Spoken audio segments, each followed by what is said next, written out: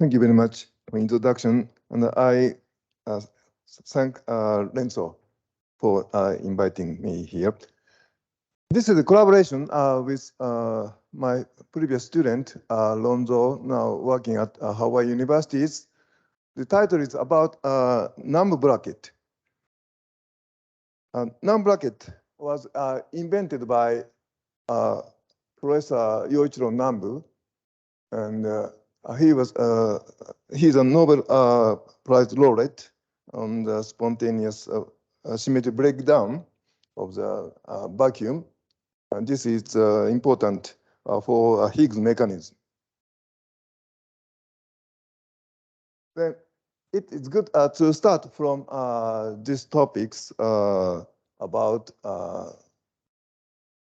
solution of Euler flows. This is the paper by Baris, Carnevale, Young. Euler flow conserves energy. Then solution. This one point is not a point in space. This one point represents one solution. Then as the time varies, the solution moves. Then this solution first moves on the contour of energy. Also, the central topics of this conference is helicity, and some topological invariant is preserved. Then solution is moving on the intersection of this topological invariant space, so-called isovortical sheets and energy contours. Then it moves along this intersection. And if this is a critical point of energy, then steady solution is realized. And isovortical sheet is called kinematically accessible variations, and it preserves local circulation or vortice flux. Then Arnold formulated a steady Euler flow is a conditional extremum of energy with respect to isovortical perturbations. And as you may know, Euler equation is formulated as a Hamiltonian system with use of Lie-Poisson bracket. And this is an integral, and this is a usual bracket of the vector fields. Then you get this form of the equation. This is Euler equations. Projection means now we are considering incompressible Euler flow. Then velocity is projected to solenoidal field. Then you may wonder, what is B? Of course, this is very standard Lie-Poisson bracket. But if you introduce helicity, you may view a new point. Then this bracket is written like this for solenoidal flow, and there's V. Then you move car to this side, and this is actually variation of the helicity, variation derivative.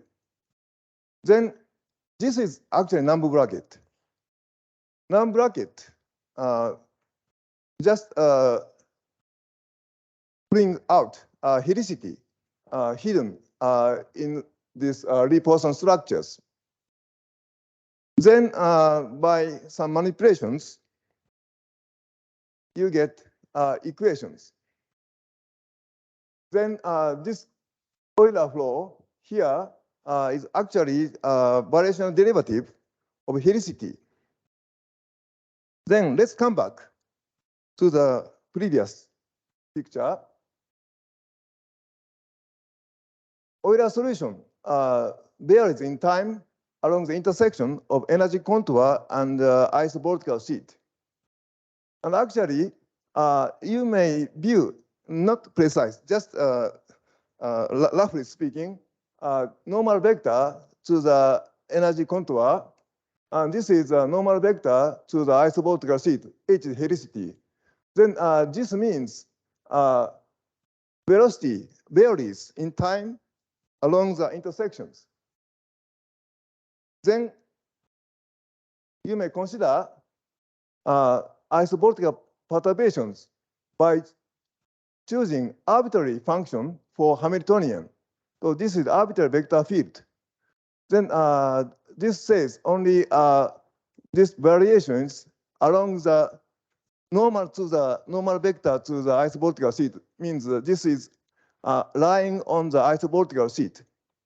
Then Arnold's theorem can be easily proved by putting here and just rearranging.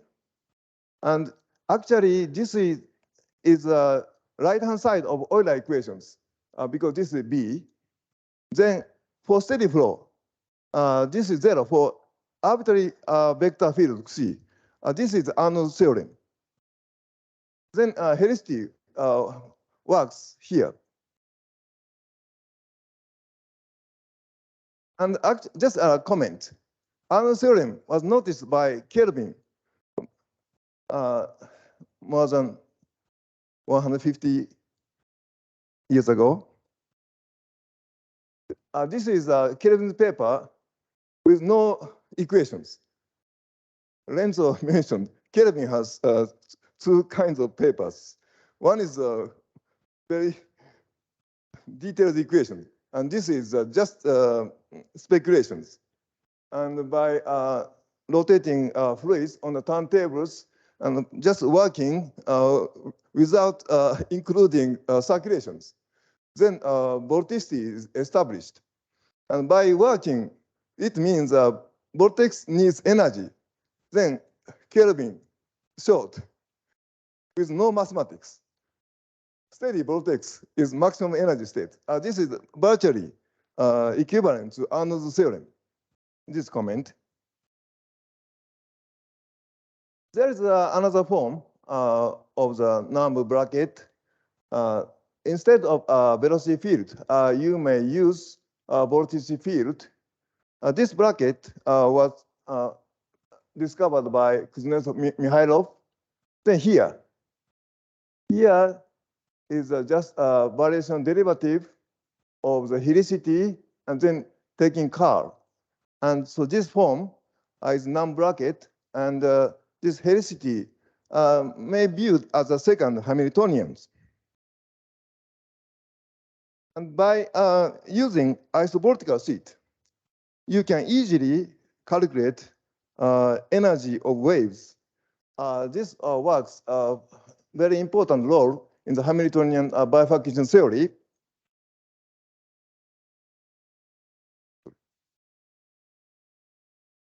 Actually, energy looks easy, but not as easy as people think. Because if there is a basic flow, then if you want to the energy, this is second order quantity in amplitude, you have to calculate second order perturbations. This is awful. Then, but if you just confine perturbations to isovortical sheet or kinematically accessible perturbations, you are very lucky to avoid this heavy job. And so actually you need to go to second order, but using isovortical perturbation. Isovortical perturbation is not such restricted. This is simply, you may call irrotation perturbation. You don't bring helium vortex.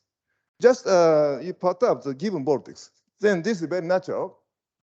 And then if you restrict perturbation to isovortical ones, then after some simple calculations, you get this. And for steady flow, first order perturbation is exactly 0. Before, no need to take average, just 0. This is Arnold's theorem. And second order, of course, you need second order in arbitrary field. But for steady flow, you can avoid this. Then only first order perturbation is enough to get energy of second order in amplitude. And this formula was first discovered by Arnold, and several derivation was made. And this formula, or energy in general, is very useful to identify the instability of the vortex motions. This is the stability of the trailing vortex behind the wing of airplane. Also, vortex ring stability needs this energy formula. Just a comment. Also, this is mentioned by Renzo at first talk. Lassetti-Leger considered about a variation principle for a motion of a vortex filament, like a superfluid liquid helium you can use. Then it consists of kinetic part and the interaction part. This kinetic part takes this form, and this looks like tangential vector along the vorticity. Then this form is very similar to this energy formula. Also, I was impressed by Professor Niemi's talk, and Skamion number looks like this. Okay, so this is introduction. And Oya Shimokawa discovered this photo in the building, and I borrowed this one. Yoichiro Namb visited here several times, not once. This is a photo when he visited in 1989. The topics was subnuclear physics and the challenging problems, challenging questions. There's a famous name, Weisskopf and Kabibo. And I start from the very original formulation by Nambu, then move on to the MHD, extension to MHD. And we consider the topological invariance. Then using this topological invariance, Namb bracket is constructed. If time is permitted, I mention about motion vortex filament in localized induction approximation. Here also helicity. Here also helicity works. Okay, so Nambu, I think he started from this model, and because his paper developed this, and this well-known motion of free rigid body, like in the airspace. Then omega is a vector of the rotation angular velocity of the motion of body viewed from the body frame. Then angular momentum viewed from the body frame is written by this by multiplying inertial tensor. Then this well-known equation for the rigid body motion is reached. Actually, this is a motion described by SO3, and Poisson equation is written in terms of the Lie-Poisson bracket. The energy is, of course, this. Then Nambu considered what is this?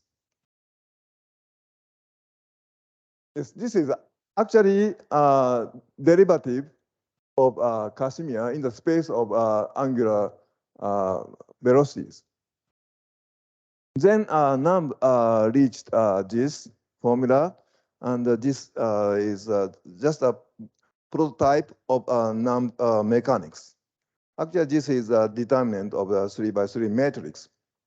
And Hamiltonian has not only energy, but also Casimir.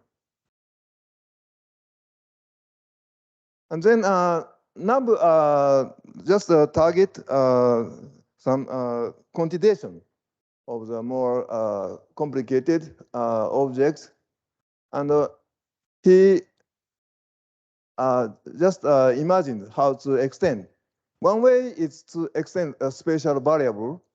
Then you need more Hamiltonians. Other way is to increase this pair of Hamiltonian. Just space is restricted to 3D. But actually, fluid mechanics and MHD correspond to this category. Okay. Then let's move on to the magnet hydrodynamic of compressible adiabatic conducting fluid. And the trouble was barometric effect and the Lorentz force. This destroys the isovortical sheet. And this is equation of compressible Euler flow subject to the Lorentz force. And also we consider non-isentropic, then barometric effect come out. And the question is conservation of helicity is destroyed by the barometric effect and the Lorentz force.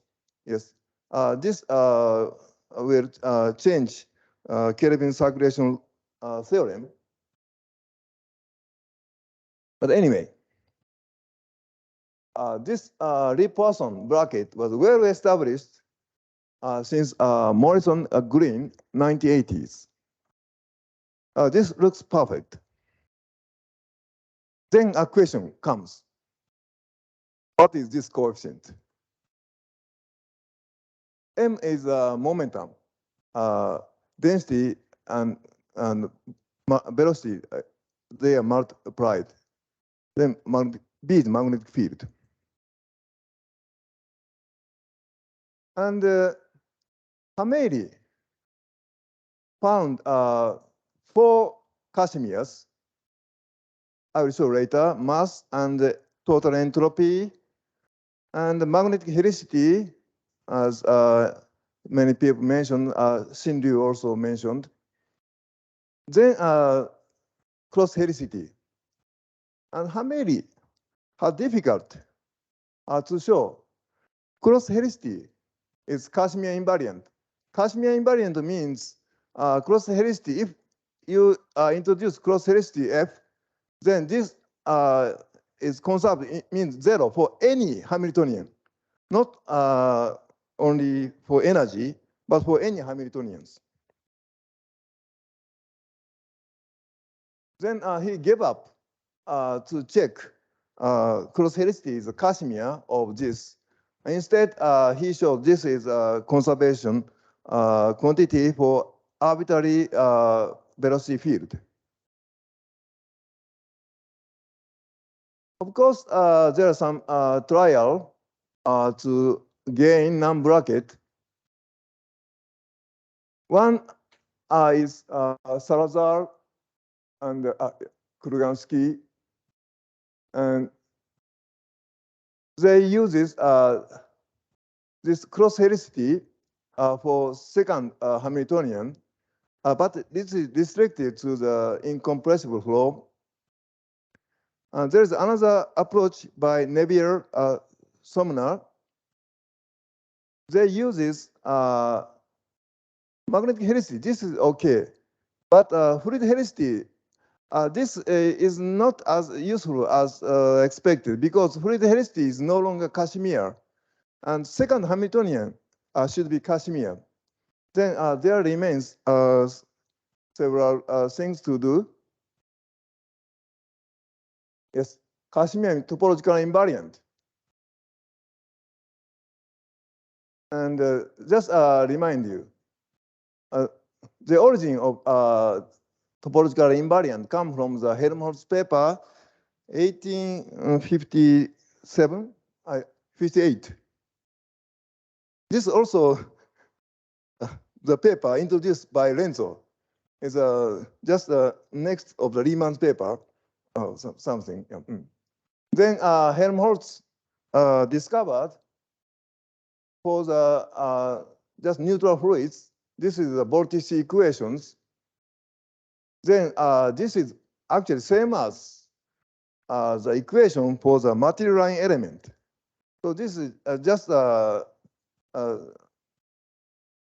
infinitesimal line consisting of material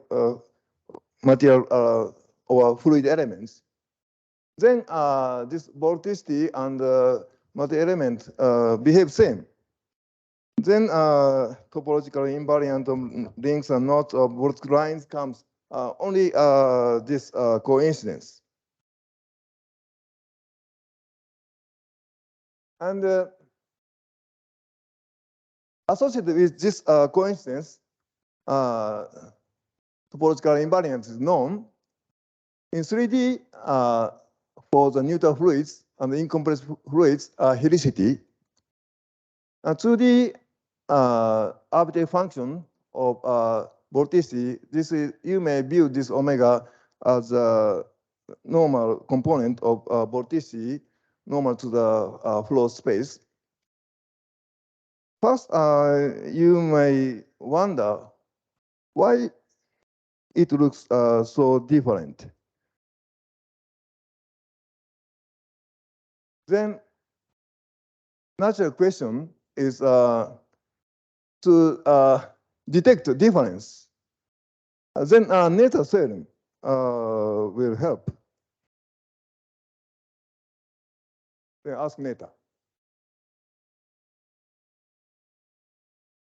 Then after some work, only cross-helicity is available. And also there's many papers around here. Recently,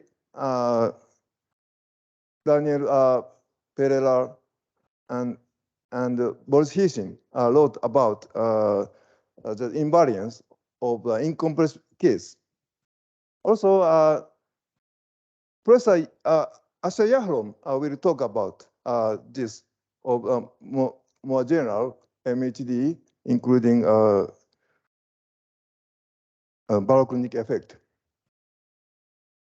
Okay, anyway, Noether theorem says only cross-helicity is topological invariant. Then 2D and 3D is no difference. And if you put arbitrary function of vorticity, now for compressible case, you may divide by law. Then you make this function. Then this function behave like vorticity in 3D. Then by putting this formula here, then after partial integration, you end up with this. Then cross-helicity is only invariance associated with arbitrary diffeomorphism. Then let's work this for magnetohydrodynamics. Yes, there are several. I don't list all. Just several papers coming to my eyes. And this proof is much, I think this is easier than other papers. I use this inverse map of fluid to flow map. You may start from the initial position, capital X, and just trace fluid particles. This is Lagrangian view. And the map is phi at the time t is now current position. And if you take inverse map, Then by using this, you may avoid very complicated prolongation scheme of derivative. And then variation can be simply cooked. And the level function is inverse. Then after mapping, then inverse, then you return and take derivative in time. Then this change of the fluid orbit in time is velocity field. And using this definition, you relate a level function, derivative level function, and the velocity. And also using Jacobian of the map, density is related. Then by varying these levels, you can get variations of the velocity field, density, entropy, and magnetic field. And this is variation principle. And this surface term, and this is equations. And you may define these quantities. Then by applying boundary condition so that this vanishes at boundaries, you get this. And if you leave UI and this, yes, here is better. If you leave BI and TSJ is arbitrary, then this is called Euler-Poincare equations. If you equate this BI with U, then you get Euler equations. And the formulation becomes slim by moving to the Lagrangian coordinates. Just this is a change of variables. Then from this VIs, by applying this map and define this. Also, this is a magnetic field.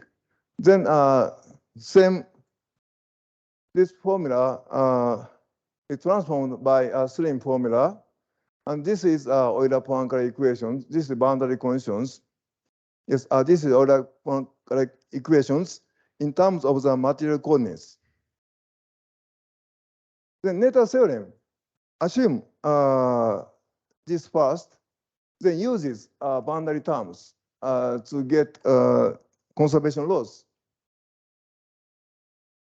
And first, we consider particle relabeling. It means current density field no change, current entropy no change, and current magnetic field no change. Just a relation with original magnetic field position is shifted here by this, but with no change in the current one. Also, current velocity field no change. Then, in order to for the current velocity field no change, then you must take this change of levels as time independent. And from these conditions, this level changes has need these constraints. Then previous, yes, this conservation law, boundary terms becomes conservation laws if you assume equation is satisfied. And from here, this time derivative term becomes conservation density or Noether charge. And then we change this material coordinates representation to the Eulerian representations. This VA was mapped from the vector field VI and magnetic field H becomes capital HA. Then this is Noether's church, and by substituting a definition and by putting this coefficient to other side, this side, then you may take this current vector field. And this is a form of the Noether church written in Eulerian variables. And actually, by getting this map, this vector field D is governed by first same equation as induction equations, and solenoidality, and this is constraint to the current entropy no change. This is a constraint of the current magnetic field no change. So far, so good. But first, I was afraid there is too much constraint. Are there any such vector field other than magnetic field? Magnetic field is okay. So this is trivially satisfied and solenoidal, and just you may apply constraints. And of course, induction equation is this. Just by trial and error, you will find some candidate for this vector field D other than magnetic field. You may make this Q, and this is behaves like scalar field, like entropy conserved with flow. Then by making this vector field, then this is satisfied. This satisfied by the satisfied induction equations and all other constraints. Then D is non-empty. Now we have 4 Casimirs. One is mass. This should be conserved for any vector field convecting materials of fluids.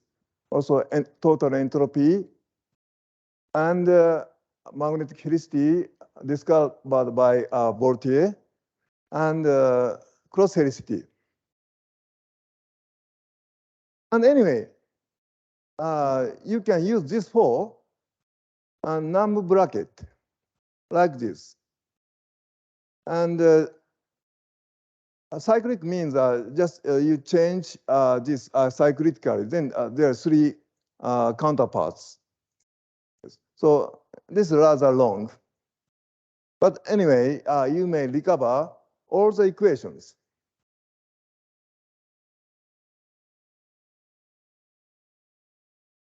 And then let's return to the Hamiltonian questions. Hamiltonian has difficulty in showing cross-helicity is Casimir. Then he gave up, and he showed cross-helicity is the quantity for arbitrary convecting field Xi. Now, using new Namb bracket, you can easily show cross-helicity is Casimir. This is immediate proof.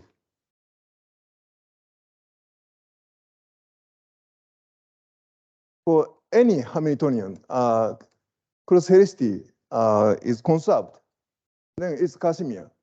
It means original well-known Lie-Poisson bracket needs some modifications.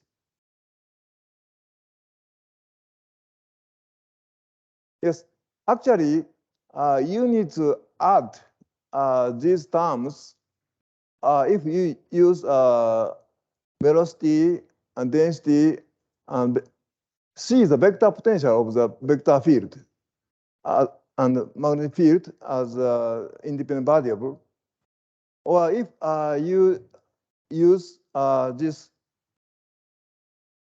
momentum as independent variables, you need to add this term accompanied by new vector field. Then this will complete the Lie-Poisson to make all the Casimir invariant to Casimir.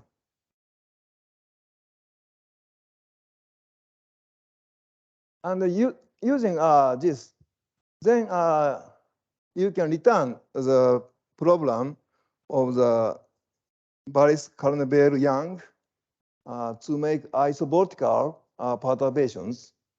And this is also automatic by choosing Hamiltonian arbitrary function. Oh, sorry.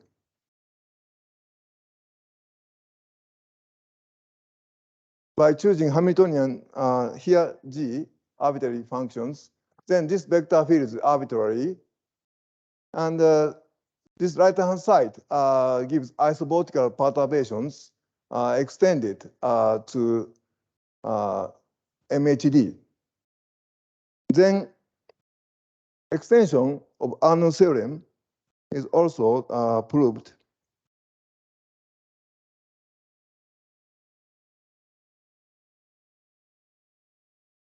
So this is steady flow, and steady flow is a maximum with respect to perturbations of this form for arbitrary vector field U, eta, scalar field lambda, and T. T is also arbitrary. So it looks nice property, but actually this Namb bracket too much terms. That does not work. Almost half of the terms do no job. It's a redundant. Then more slim formula is wanted.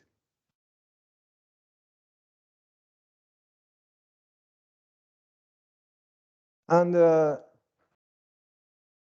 just by chance, you may use, momentum instead of velocity. And of course, this is known since 1980s. Darryholm and Cooper-Schmidt, I think, derived this. And just changing variable, but not precisely. By trial and errors, you reach following formula. Only 3 Casimir is enough. All this Casimir is quadratic in the quantity. This is bilinear, and this is actually a quadratic in vector potential A or magnetic field B. Then this acts as a Namb bracket, and 3 terms, and redundant terms is almost disappeared. And also, coefficients is constant. In the previous version, coefficients include density or entropy. But from this formula, coefficients is all constant. And this is desired properties. And yeah, just I mentioned. So there remains several things, and this formula shows for isovortical or we call isomagnetovortical perturbation. This word was coined by Vladimir Moffat and Elin, 1999.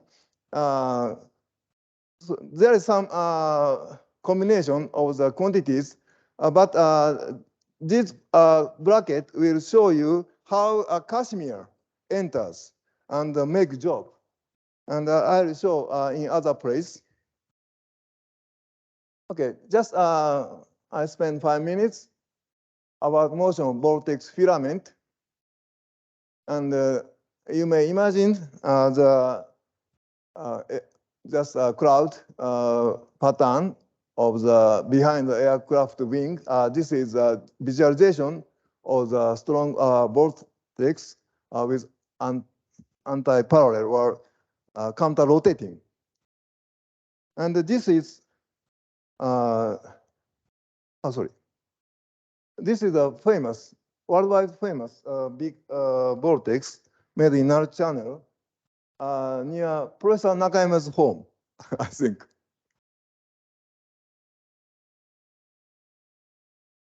Okay. Then motion of vortex filament in a localized induction approximation is given by the first term of this formula. And usually these forces include jet in the core, or we call axial velocity. Also, these forces has vertical velocities. Then if you include vertical velocities, you add these terms. Then you apply a Hashimoto map, a curvature and torsion, is a function of arc length and time. Then this is converted into non-Schrödinger plus modified KdV. This is Hirota equation, and Hirota proved this is completely integrable.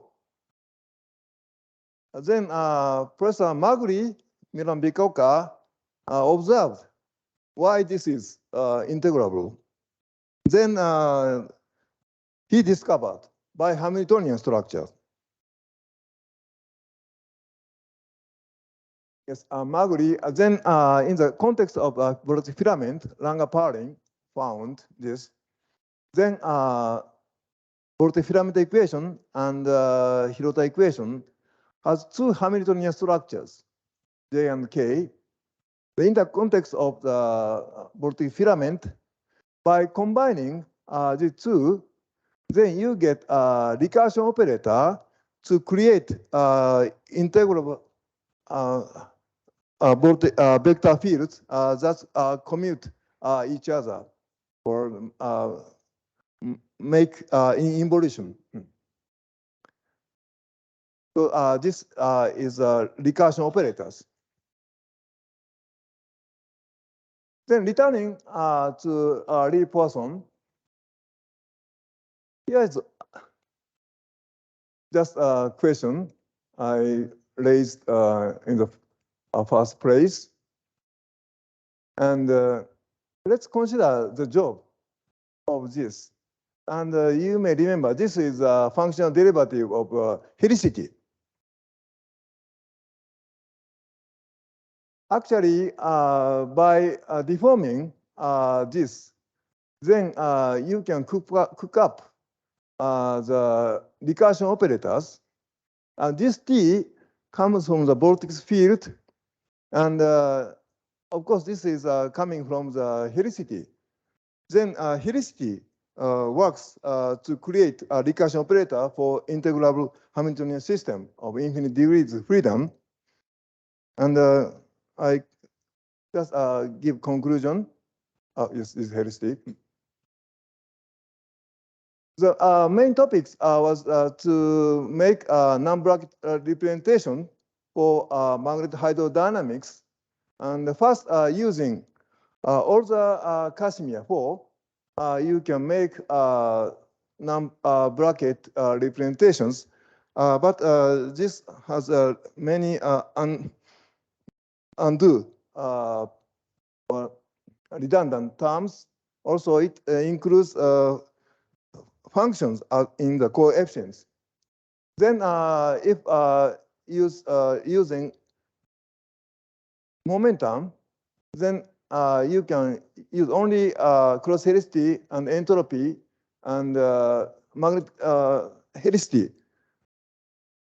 Total, this is that is not useful because this is not just a single quantity, not quadratic.